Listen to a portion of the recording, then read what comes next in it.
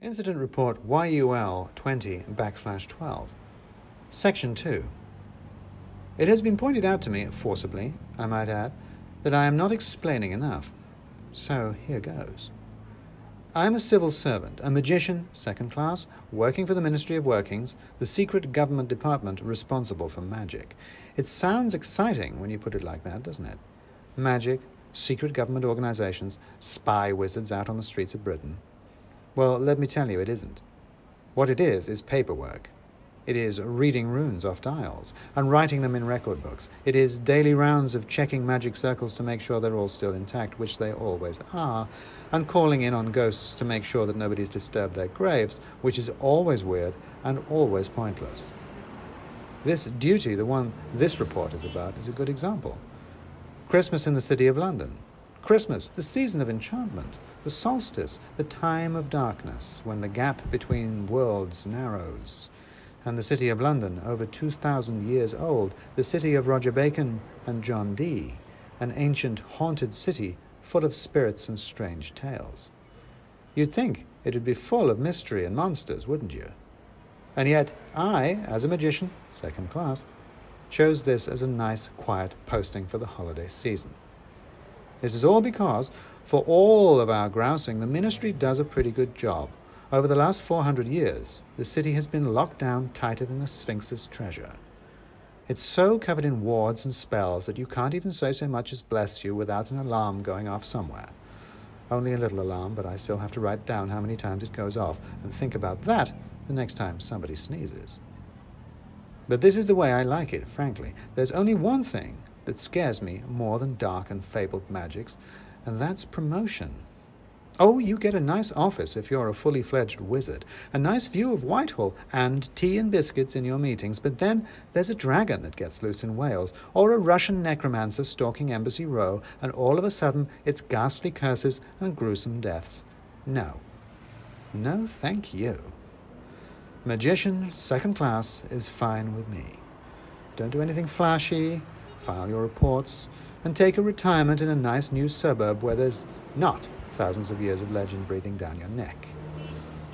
All of which should mean that if someone in the City of London starts making trouble by, trolling people online with the rumor that the British government has a secret order of wizards in its employ, I should know about it. A bell should ring. The crystal ball in the duty room should start glowing ominously, and more importantly, I should get a message from Central Monitoring down in Greenwich with GPS coordinates to go to, some guidance on the sort of spells to prepare, and a recommendation on whether to take an umbrella. But not this time. This time, the first I knew of it was when kids started calling me Gandalf in the street. Even Brassneck, the magical mechanical head who is very good at internet, couldn't trace where the messages were coming from. Whoever it was knew the ministry well enough to dislike it, well enough to publicize it, and well enough to avoid it, all of which gave me a pretty good idea of who it might be. Because this is not to say that there isn't any magic in the City of London. We still have our fair allotment of shadowy corners, ghosts, and odd creatures. Like Bertha, the bird lady, for example, it occurs to me that I've never actually properly ascertained what she is. A fairy, witch, fictional character. She could be any of them. They all become the same thing in the end. The old powers become folk tales, become children's stories.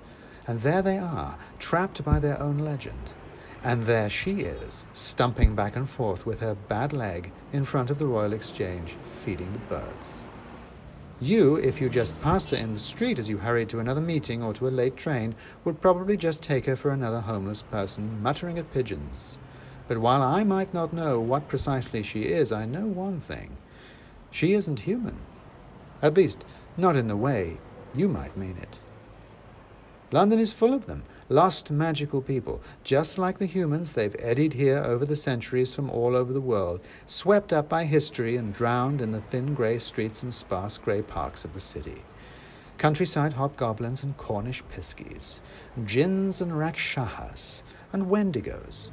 A stunted giant crammed into a bedsit and a sea monster in the pool of London. They're everywhere, all around. And you never pay them a blind bit of notice, and they, you, most of the time, which is how I like it, because when they do, I have to do something about it. Like I was having to do now. Fortunately for me, if one of them was making trouble, plenty of the rest of them would know, and some of them might even tell me about it too. The bird lady was sat under the Duke of Wellington's statue, watching the pigeons fight over a piece of fried chicken. Her shoes were peeking out from underneath her voluminous and grubby skirts, and for the first time I noticed that one of her feet was much bigger than the other, and that must be why she walked in such a distinctive rolling way. "Nice afternoon," I said. "Getting cold," said the bird lady. "I suppose," I said, not wanting to seem unfriendly, though it never really gets that cold in December these days. "Winter coming," said the bird lady, throwing bacon-flavored crisps at the pigeons. "Snow." "Well, I suppose it would be nice if it snowed for Christmas, yes?" "Nice?" she asked. "Nice for who?" This, I realized, was probably a good point. A white Christmas probably isn't all that fun if you sleep on the streets, as I strongly suspected the bird lady did. "Speaking of Christmas," I said, changing the subject to something I really wanted to talk about, "I'm looking for the Yule lads."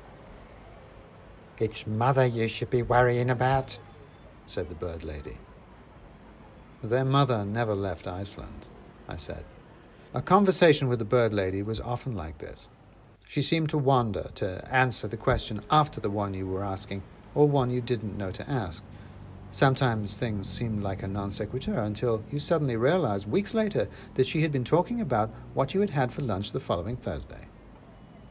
"Someone's making trouble," I said.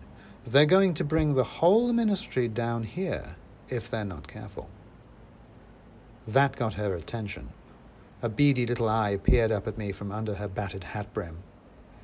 "That'd kill the ghost laid the egg, wouldn't it?" she said. "Want me to ask the birds, do you?" And suddenly she lifted her big foot and brought it down on the pavement in a hard slap. At the noise, the pigeons all clattered into the air in a jostling flock.